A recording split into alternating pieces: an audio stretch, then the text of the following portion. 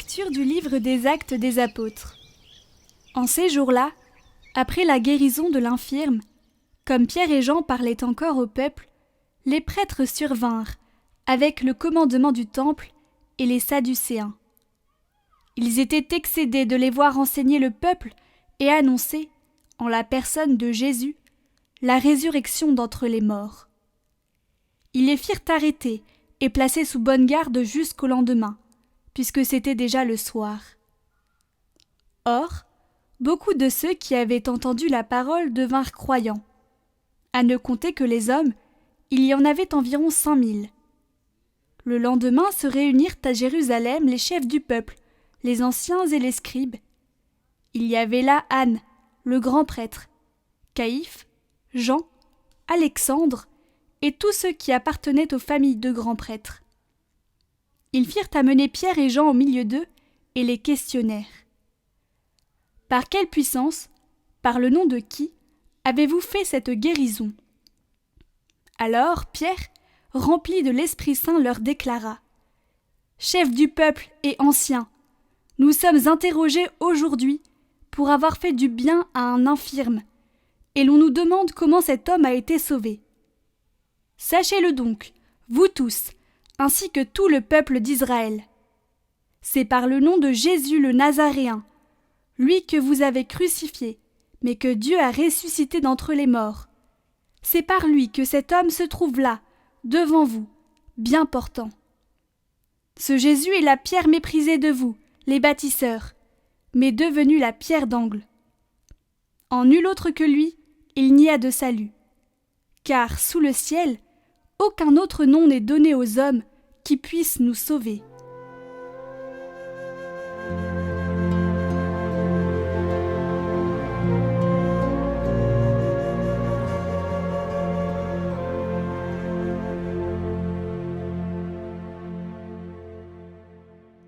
La pierre qu'ont rejetée les bâtisseurs est devenue la pierre d'angle. Rendez grâce au Seigneur, il est bon, éternel est son amour. Oui, que le dise Israël, éternel est son amour. Qu'ils le disent ceux qui craignent le Seigneur, éternel est son amour. La pierre qu'ont rejetée les bâtisseurs est devenue la pierre d'angle. C'est là l'œuvre du Seigneur, la merveille devant nos yeux. Voici le jour que fit le Seigneur. Qu'il soit pour nous jour de fête et de joie. Donne, Seigneur, donne le salut. Donne, Seigneur, donne la victoire. Béni soit au nom du Seigneur celui qui vient.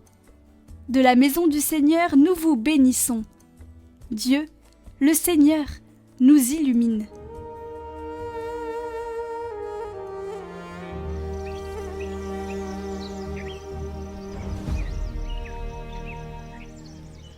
Évangile de Jésus-Christ selon saint Jean. En ce temps-là, Jésus se manifesta encore aux disciples, sur le bord de la mer de Tibériade, et voici comment.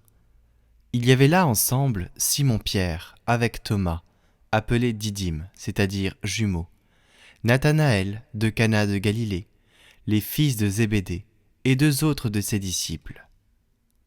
Simon-Pierre leur dit : « Je m'en vais à la pêche. » Ils lui répondent : « Nous aussi, nous allons avec toi. » Ils partirent et montèrent dans la barque. Or, cette nuit-là, ils ne prirent rien. Au lever du jour, Jésus se tenait sur le rivage, mais les disciples ne savaient pas que c'était lui. Jésus leur dit : « Les enfants, auriez-vous quelque chose à manger ?»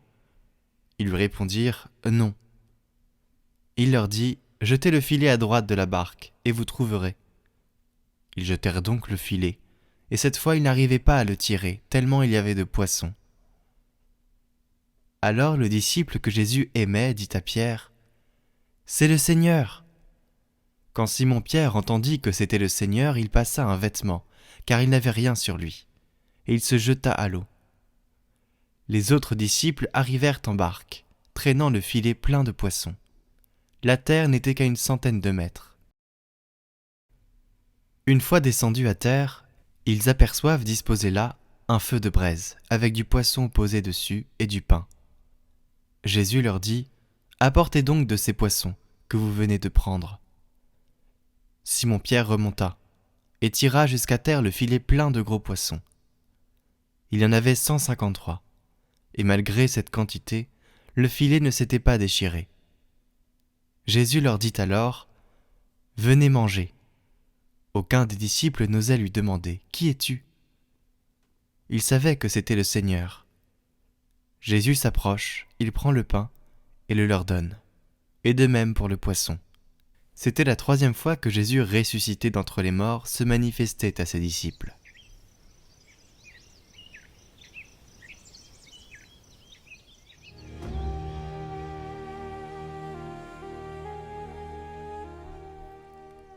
Un chrétien sans joie, ça n'existe pas. La carte d'identité du chrétien est la joie de l'Évangile, la joie d'avoir été élu par Jésus, sauvé par Jésus, régénéré par Jésus.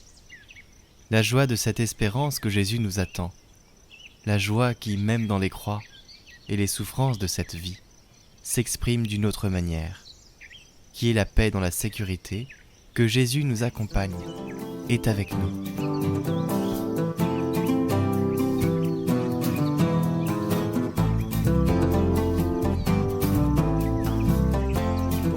On souhaitait vous remercier parce qu'on a eu de très nombreux messages de votre part sur de nombreuses vidéos qui nous remerciaient du parcours de Carême, que ça les avait énormément nourris et que c'était vraiment un beau parcours. Donc on vous remercie premièrement.